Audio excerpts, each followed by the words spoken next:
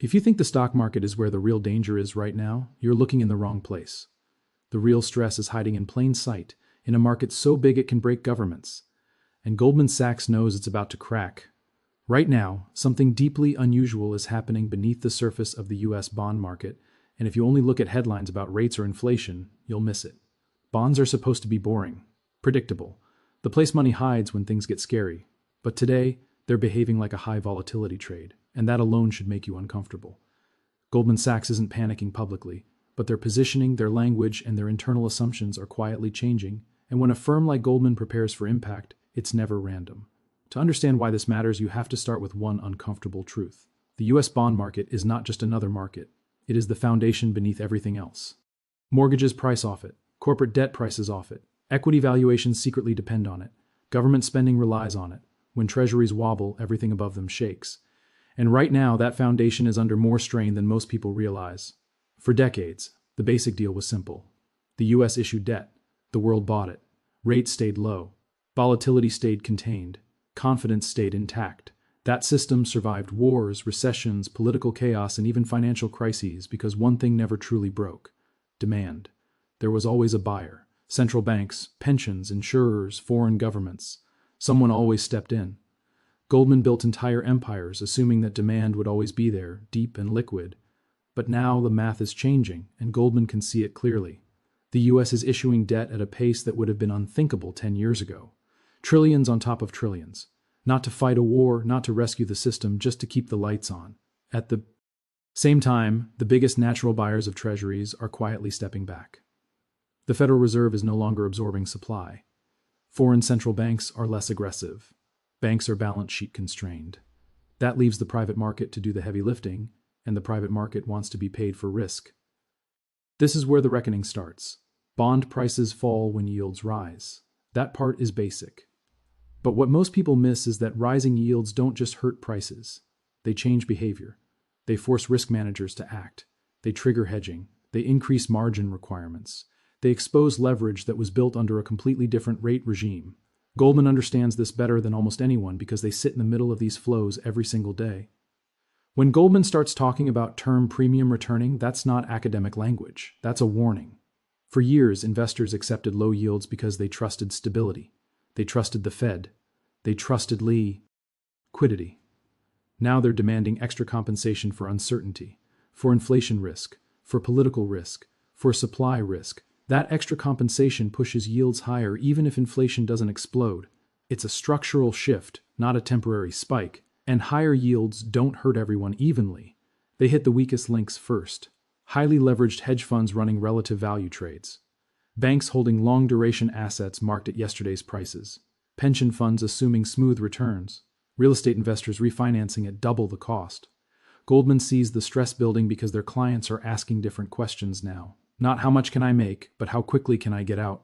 There's also the auction problem. The US Treasury has to sell massive amounts of debt regularly. These auctions are supposed to be boring. But when demand weakens, yields have to rise to clear the market. Failed or sloppy auctions don't just look bad, they shake confidence. Goldman watches these ions closely because they reveal something raw. Who is actually willing to buy, and at what price? When bids weaken, it's not noise. It's information. Now add volatility into the mix. Bond volatility used to be low. That made leverage safe. Today, volatility is higher and more unpredictable. That forces risk models to cut exposure automatically. When volatility spikes, funds sell. Banks pull back. Liquidity disappears right when it's needed most. Goldman doesn't fear a slow grind higher in yields. They fear sudden air pockets. Gaps. Days where prices move too far, too fast, and nobody wants to step in front of it. This is why Goldman's positioning matters more than their press releases. When a firm like Goldman starts protecting against tail risk in treasuries, that's a signal. They're not betting on a crash for fun. They're acknowledging that the old assumptions no longer hold, that the bond market is no longer a one-way stabilizer. It's becoming a source of instability. And here's part that should really make you pause. If the US bond market starts to behave like an emerging market bond market, even briefly, the consequences are enormous. Higher yields force higher interest costs for the government. That widens deficits. That increases issuance. That pushes yields higher again. It's a feedback loop. Goldman sees the loop forming, and they know loops don't break gently. This doesn't mean collapse is guaranteed, but it does mean the margin for error is shrinking fast. The system is more sensitive, more reactive, less forgiving. Goldman Sachs isn't bracing because they expect tomorrow to be chaos. They're bracing because they know how fragile confidence can be when the numbers stop lining up, and when confidence cracks, it never warns you politely. It just breaks, and it breaks fast, usually when everyone assumes it won't happen now, and that's the scariest part. Most investors still think of bonds as a safe haven, a slow-moving, predictable corner of the market.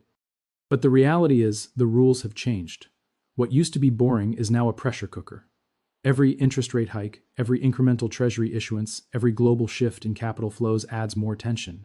And Goldman isn't just watching. They're positioning themselves to survive and even profit from the cracks forming beneath the surface. The problem is leverage. Wall Street has been running record levels of it, especially in strategies that rely on small spreads between different bonds or between bonds and derivatives. These trades work beautifully when yields stay low and predictable. But when rates jump even slightly, the losses can cascade quickly. Margin calls start firing, funds are forced to sell, and liquidity evaporates in minutes. Goldman is acutely aware that even a minor shock could set off a chain reaction that spreads far beyond the bond desks. Then there's the role of expectations. For years, the market was conditioned to trust the Fed implicitly. Investors assume that if yields spiked, the Fed would step in to stabilize everything. But that faith is weakening. The Fed itself is dealing with its own constraints, inflation targets, fiscal pressures, political scrutiny. The days of backstopping every move with unlimited liquidity may be fading. Goldman's analysts know this creates a vulnerability that can't be ignored. Another factor is foreign demand, or the lack of it. U.S. Treasuries have long been the world's safest asset, heavily bought by foreign governments and institutions. But global conditions are shifting. Some foreign holders are diversifying, others are facing their own balance sheet pressures, and a few are questioning the U.S.'s long-term fiscal path. When these buyers step back, the market must offer higher yields to attract the same capital. That's exactly the dynamic Goldman is modeling in its risk scenarios. The consequences are not theoretical. They ripple through real-world economics. Rising yields make borrowing more expensive. E for corporations, slowing investment. Mortgage rates climb, cooling housing markets. Government interest expenses balloon, diverting funds from programs. Even stock valuations are affected, because higher bond yields make equities less attractive.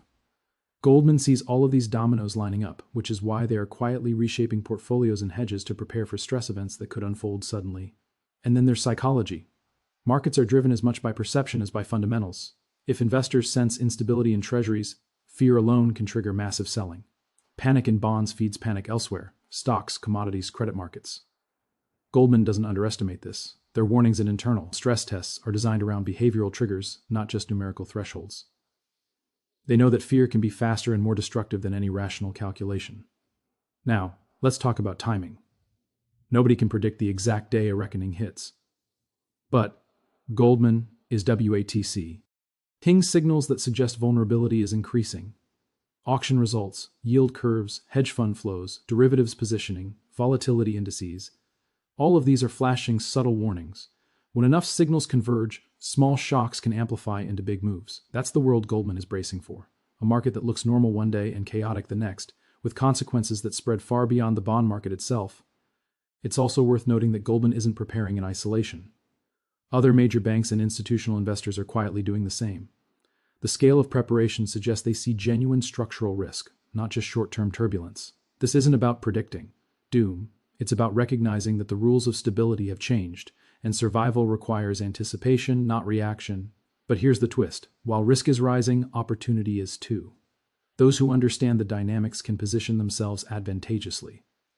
If you know where the pressure points are, you see and protect assets, lock in yields, and even capitalize on dislocations. Goldman is always looking for these openings, which is why their positioning is both defensive and strategic. They're not just bracing, they're maneuvering in a market that is quietly transforming, and transforming fast is exactly what makes this moment so critical.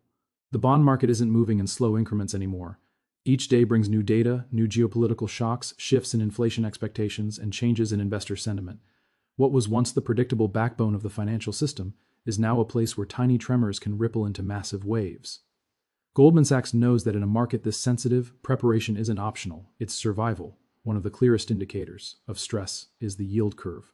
For decades, the curve behaved predictably, longer-term yields higher than short-term yields. Investors relied on this shape to gauge risk and make decisions, but now, portions of the curve are flattened, or even inverting, sending confusing signals. An inverted curve is often a harbinger of recession, but in today's environment, it's even more complex. Global liquidity constraints, fiscal deficits, and shifting foreign demand all distort the signals, making it harder to interpret. Goldman is meticulously dissecting these movements because when the curve signals danger, the timing and scale of reactions matter enormously. Another subtle but powerful factor is derivatives exposure. Large players like Goldman use derivatives to hedge or enhance positions. These contracts are sensitive to interest rate moves in ways that many investors don't fully grasp. A sharp change in rates can force massive adjustments across trillions in derivative contracts, creating rapid unwinding in underlying bonds. This can intensify price swings and liquidity shortages, accelerating the kind of market dislocations that feel sudden and inexplicable to outsiders. Goldman's risk teams simulate these scenarios constantly, and their internal models are warning that even minor shocks could cascade disproportionately. There's also the interplay with fiscal policy. The U.S. government continues to issue massive amounts of debt to fund operations, and political gridlock often delays market-friendly solutions. Each additional issuance nudges yields higher, which in turn makes financing more expensive and slows down economic activity. It's a feedback loop with the potential to amplify stress if left unchecked. Goldman is acutely aware that timing, market psychology, and policy decisions are all intertwined, and small missteps can have outsized consequences. Even retail investors play a role in this ecosystem. Today, many individual investors chase yields through bond funds or ETFs, assuming liquidity is always guaranteed. But when volatility spikes, these vehicles can experience rapid outflows, pushing prices down and yields up further. The sheer scale of modern passive investing can magnify market movements, turning small tremors into something much larger. Goldman monitors these flows as closely as institutional ones because the modern bond market is no longer isolated. It's interconnected in ways that make shocks contagious. Finally, global forces can't be ignored. Currency pressures, foreign central bank policies, and geopolitical uncertainty all feed into U.S. bond behavior. Foreign holders of treasuries might change their allocation suddenly, and emerging market stress can drive capital toward or away from U.S. debt. Goldman's global intelligence feeds into its bond strategy, giving them insight into pressures that most market participants can't see in real time. This global perspective is why they can anticipate stress before it becomes visible in prices. The reality is stark. The U.S. bond market, long considered the safest, most stable arena in finance, is quietly becoming one of the riskiest. Goldman Sachs isn't predicting catastrophe. They're preparing for stress, complexity, and volatility at a scale most investors can't even imagine. They're recalibrating hedges, watching flows, monitoring derivatives, and thinking through scenarios where confidence itself is tested. For anyone invested in bonds or in financial markets more broadly, ignoring these dynamics is no longer an option. The question isn't whether stress will happen, it's when, how fast, and how deep the ripples will go. Goldman knows that survival and opportunity go hand in hand. They aren't acting out of fear, they're acting out of insight, and that insight is what separates those who thrive in crisis from those who get blindsided. The stage is set, the market is primed, and the world's largest bond investor is quietly preparing for a reckoning that could redefine the rules of stability. The U.S. bond market has long been treated as untouchable, a safe harbor where risk is measured and predictable. But the rules are changing. Leverage, global demand shifts, fiscal pressures, derivatives, exposure, and investor psychology are all converging to make the system fragile. Goldman Sachs isn't shouting from the rooftops because they don't need to. Their actions, positioning, and internal stress tests speak louder than words. Message is clear. The days of passive confidence in treasuries are over.